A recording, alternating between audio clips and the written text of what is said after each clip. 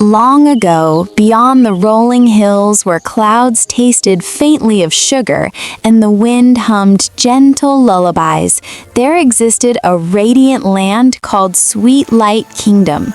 It was a place where nature itself seemed joyful. Trees bent low as if bowing politely, rivers sparkled like glass ribbons, and the air always carried a soft fragrance of ripe fruit and sunshine.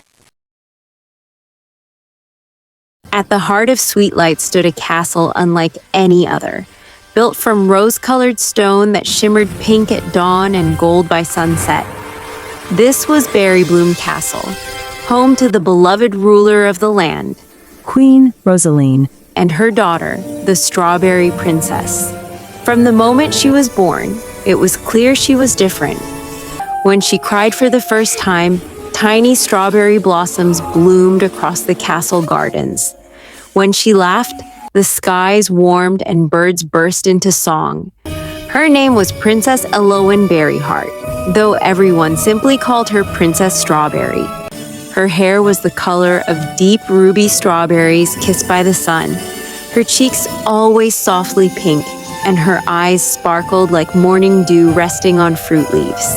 But it wasn't her appearance that made her special. It was her heart. Princess Strawberry possessed a rare gift known as the Sweet Bond, the ability to feel the emotions of the kingdom itself. When people were joyful, her heart felt light. When sadness spread, a quiet ache settled in her chest. Sweet Light was not just her home. it was her whole soul and pleasure. She loves her kingdom, Sweet Light.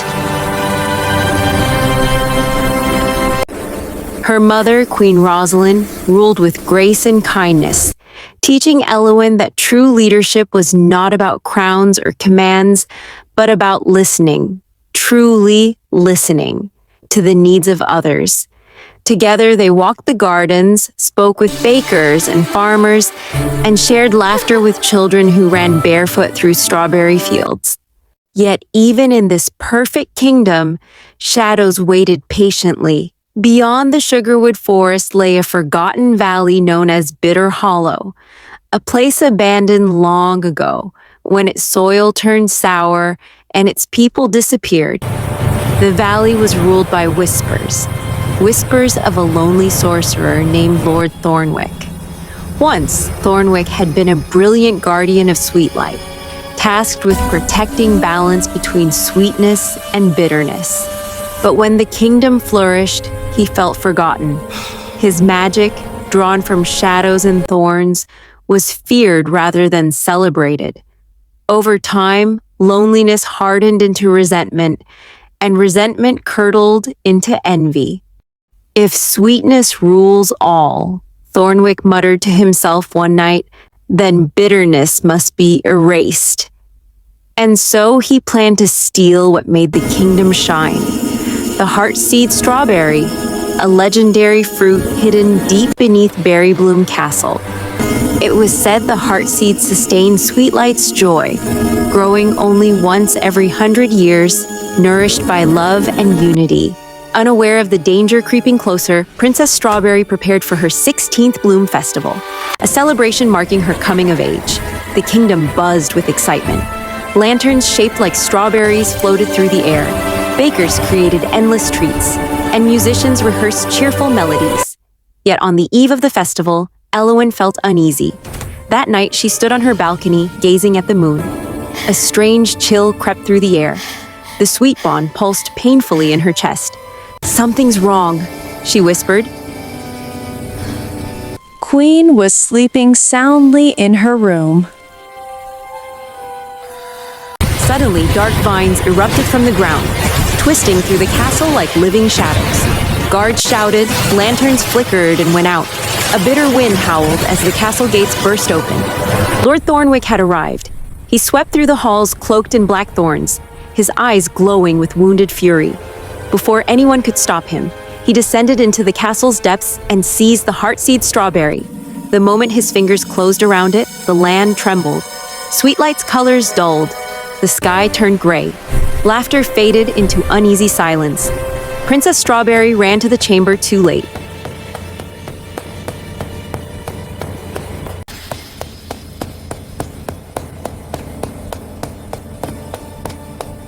She fell to her knees, tears streaming down her face as the heartseed's glow vanished.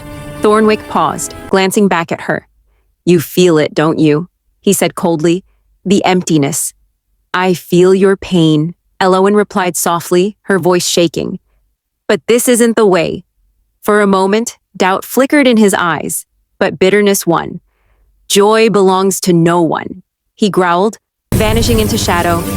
The kingdom fell into despair. At morning, Elowen told her mother everything that happened last night. Queen Rosaline became very sad. Smiles faded. Queen Rosalind grew weak, her magic tied to the heartseed. Queen Rosaline was not feeling healthy anymore. She became very sick and uncomfortable.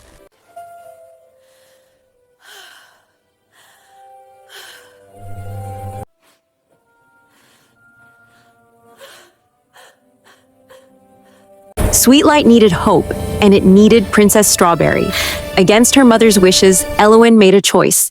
"I will bring it back," she said firmly, not with force, but with understanding. Armed with nothing but her courage and a small satchel of strawberry seeds, she set off beyond the kingdom walls for the first time.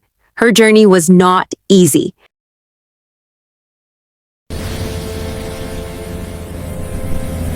In Sugarwood Forest, she met Pip, a tiny blue bird with a crooked wing, who had been left behind by his flock. When Elowen gently cared for him, feeding him berries and singing softly, Pip found the strength to fly again. She reached in a poor small city. She passed through its small streets where she heard some people talking to each other, like they are joking or taunting someone. She listened closely and heard people making fun of the bitter sweets of Bruno. After a while, she reached at a corner of the street where she found the Bruno's shop. His nameplate was displayed at the up roof of his shop. They looked at each other. Bruno recognized her as a princess because of her crown. He welcomed her into his shop, where they started talking to each other. Bruno told her that his shop is not working well because of bitter sweets. Elowen told him, sweetness is not. Each step taught her that sweetness was not perfection. It was compassion. Finally, she reached Bitter Hollow. The valley was cold, colorless, wrapped in thorny vines.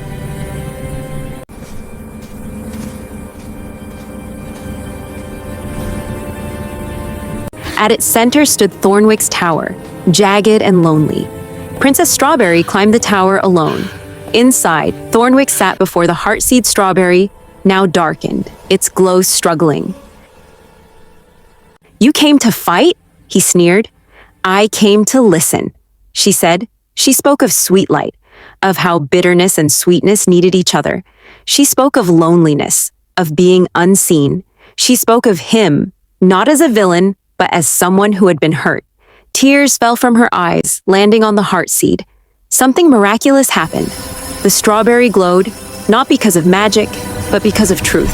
Thornwick's hands trembled. Years of pain cracked open, spilling into sobs. "I only wanted to matter," he whispered. "You always did," Elowen replied, embracing him. The thorns receded. The heartseed bloomed brighter than ever. When Princess Strawberry returned home, the kingdom erupted in color. Sweetlight was restored, not just as it was, but stronger.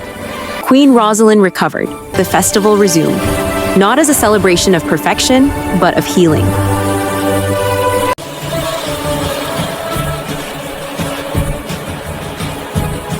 Thornwick chose to remain, helping restore balance, his magic now welcome. And Princess Strawberry was crowned not just a queen, but a symbol, a reminder that true sweetness comes from empathy, courage, and love.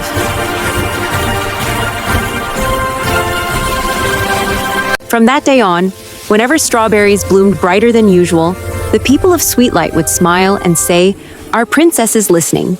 And somewhere, carried by the wind, her laughter continued to make the world a little sweeter.